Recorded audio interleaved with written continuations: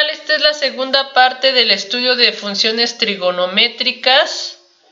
Y bueno, recordemos a grandes rasgos que esta definición se puede considerar dentro de un triángulo rectángulo, donde se localiza la hipotenusa, el cateto opuesto respecto a este ángulo alfa y el cateto adyacente. En esta concepción vamos a definir la función coseno. Recordemos que una función es una asignación de parejas entre dos conjuntos. El primer conjunto es el de los ángulos y el segundo es de números reales. El concepto de función se cumple solamente si a cada ángulo le asignamos solo un valor, es decir, los ángulos solo pueden tener una pareja. Y también otra regla para que sea función es que todos los ángulos tienen que tener una pareja. Pueden tener la misma, pero ellos no pueden tener más de una pareja. Vamos a ver cómo asigna los valores la función coseno.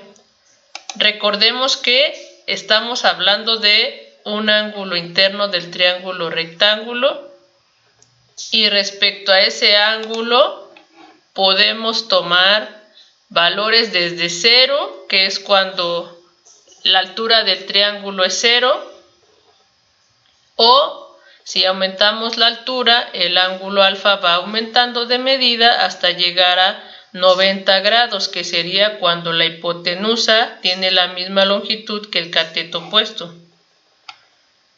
Entonces, el coseno asigna valores bajo esta regla de asignación. El coseno de alfa va a ser igual a la división de la medida del cateto adyacente, en este caso sería BC, entre la medida de la hipotenusa, que en este caso sería el segmento BA.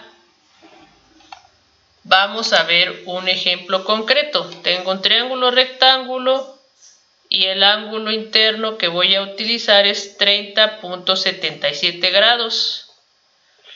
Entonces, el coseno me dice que en este triángulo el coseno de 30.77 sería posible calcularlo de esta manera.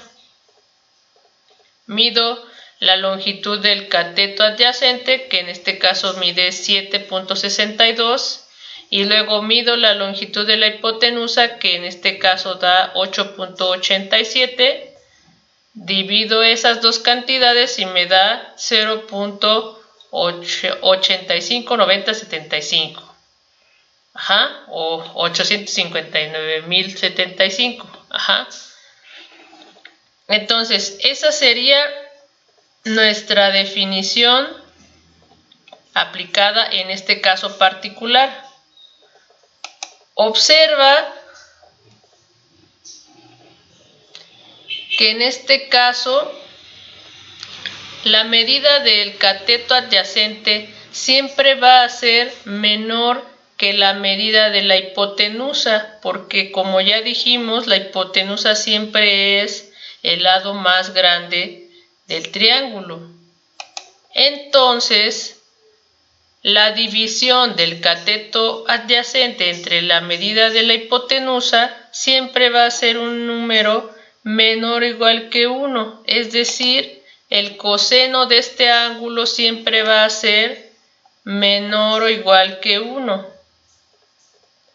Por lo tanto, nuestra función estaría más correctamente definida así.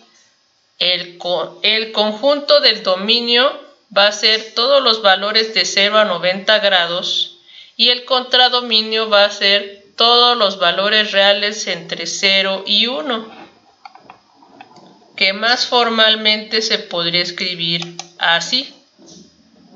La función coseno está definida del intervalo 0 grados a 90 grados y va a asignarle valores en el intervalo 0 a 1, tal que para cualquier ángulo entre 0 y 90 grados le va a asignar un valor que va a denotar como coseno de alfa y va a ser igual a la medida del cateto adyacente entre la medida de la hipotenusa.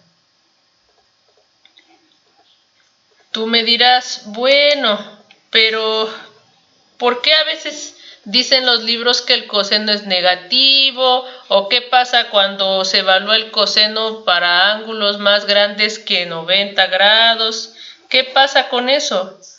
Pues en esta definición no entra todo ello porque está basado en un triángulo donde ese ángulo interno no puede valer más de 90 grados.